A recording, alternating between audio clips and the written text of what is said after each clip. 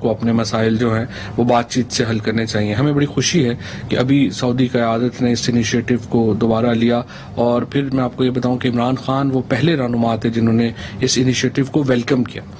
تو یہ ایک بیک گراؤنڈ ہے. پھر اس کے بعد آپ کو پتا ہے کہ ہز رائل ہائنس پاکستان بھی آئے تھے, محمد بن سلمان, اور بڑی پاکستان اور سعودی عربیہ کا بڑا قربت کا ایک رشتہ ہے, اور یہ ایک اسٹریٹجک ہمارا تعلق ہے, ہمارا دفاعی ایک تعلق ہے, اور پھر ہمارا معیشت کا ایک بہت گہرا تعلق ہے.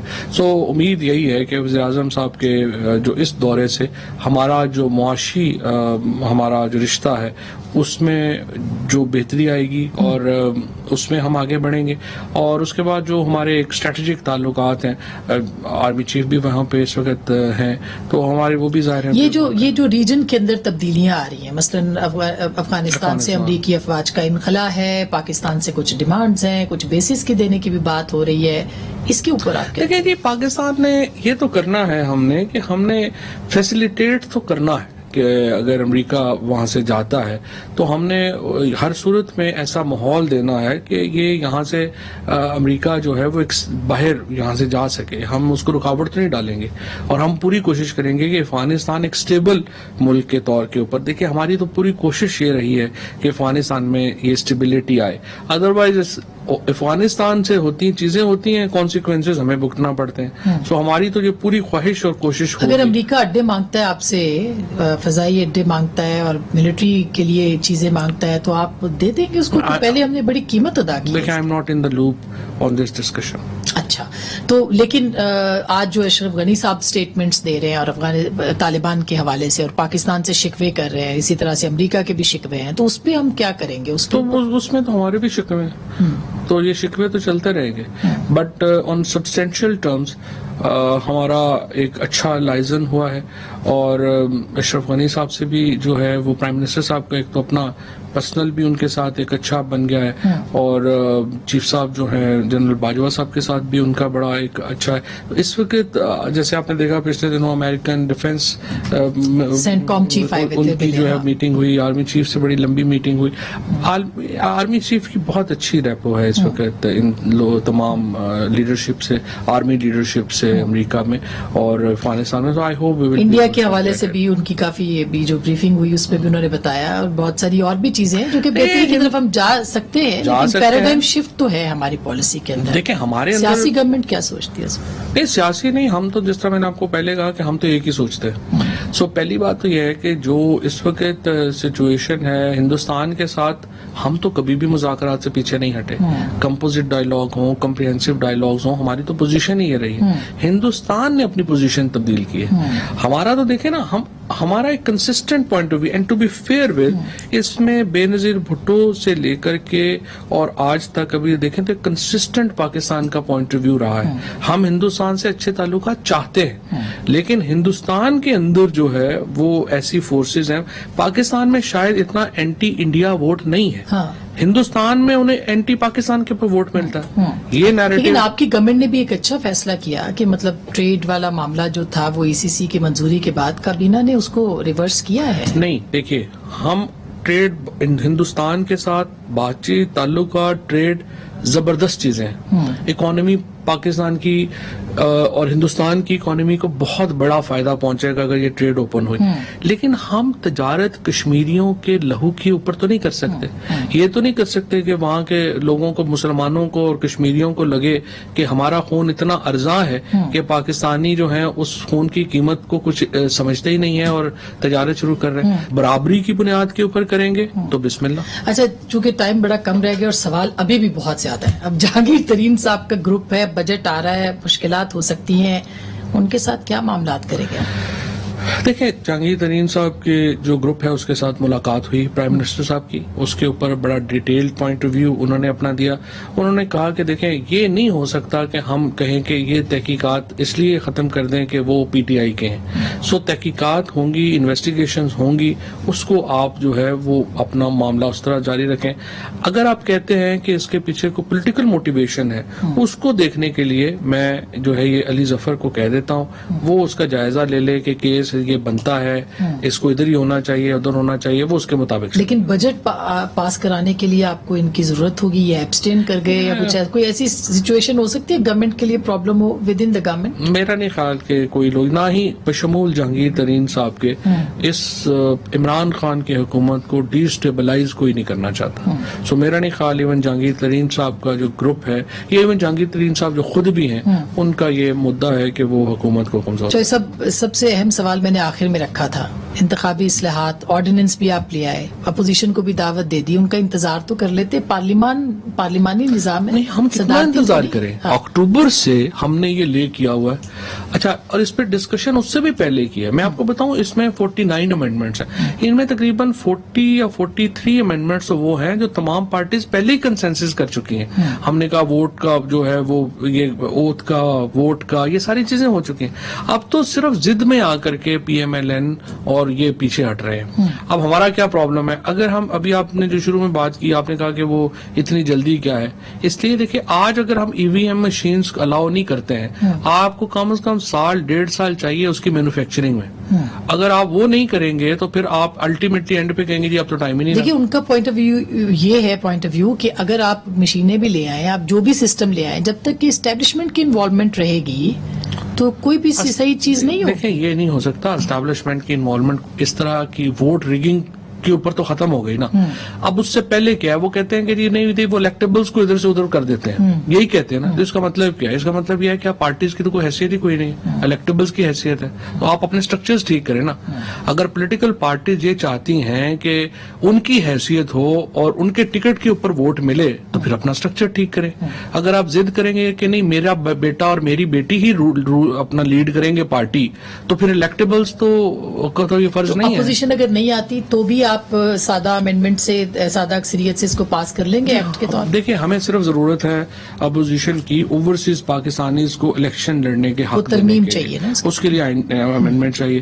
وہ ہم چاہتے ہیں کہ وہ آئیں اور اپنا موقف دے دیں. اگر وہ سمجھتے ہیں اوورسیز پاکستانیز کو نہیں دینا چاہتے تو ان کی مرضی, ہم دینا چاہتے ہیں. اور اس میں آپ کو سادہ اکثریت, اس میں ہمیں سادہ اکثریت یا تو ہم کر لیں گے. اور اس میں بھی میں آپ کو دیکھیں, میری خواہش یہ ہے, اور سچی بات یہ ہے کہ پرائم منسٹر کی, پی ٹی آئی کی بھی خواہش یہ ہے کہ یہ کنسنسس سے ہوں.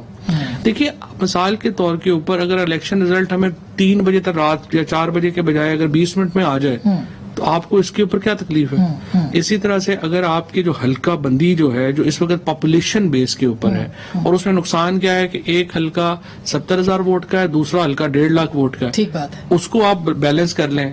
اسی طرح بات تو ہونی چاہیے, اس پہ ڈسکشن. پھر آپ دیکھیں, اب میں آپ کے پروگرام میں تھا, آپ نے کہا سینٹ یا پی ایم ایل این کے تھے, انہوں نے کہا کہ وہ سینٹ کا الیکشن آپ اس لیے یہ لے کے آئے ہیں یہ گلانے سے. ہم آج کہہ رہے اب تو الیکشن نہیں ہے نا سینٹ کا, آئیے آپ اوپن کر لیں.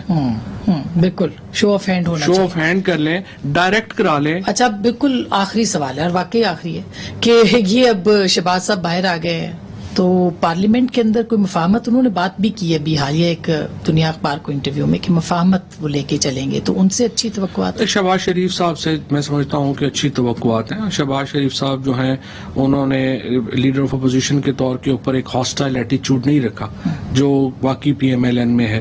سو شہباز شریف صاحب کو میں یہ کہوں گا کہ وہ ایک سنجیدہ اس کے اوپر مظاہرہ کریں, اور یہ جو ہماری امینڈمنٹس ہیں جو ہم الیکٹورل ریفارمز کی, ان کو ایک دفعہ دیکھ لیں. اسی طرح سے ای وی ایم مشینز کے لیے میں شہباز شریف صاحب کے لیے اور اپوزیشن کے لیے ایک ڈیمانسٹریشن کراتے ہیں, وہ آئیں اور اس کو دیکھیں کہ یہ کیا کام ہے کیا, اور اگر وہ اس کو ریجیکٹ کر دیں گے یا اس میں بہتری تجویز کریں گے تو ویسے کر لیں گے. تو زیادہ ابھی کچھ گرفتاریاں بھی متوقع ہیں کیا اپوزیشن کی؟ اب تو آ گئی ہیں, اب کیا ہونا. اب آپ کی طرف سے صلح کا ہاتھ ہے, ہماری طرف سے صلح کا ہاتھ ہے. بہت بہت شکریہ, تھینک یو سو مچ. حکومت صلح کا ہاتھ بڑھا رہی ہے, گرفتاریاں اب نہیں ہوں گی, الیکشن کی تیاریاں ہیں, اور الیکشن کی تیاریوں میں صف بندیاں ہیں, صف بندیوں کے اندر کیا کیا ہوگا یہ آنے والا وقت بتائے گا. حکومت اپنی مدت پوری کرے گی. چوائس آپ کا کہنا ہے, گفتگو آپ نے سنی, فیصلہ آپ کا.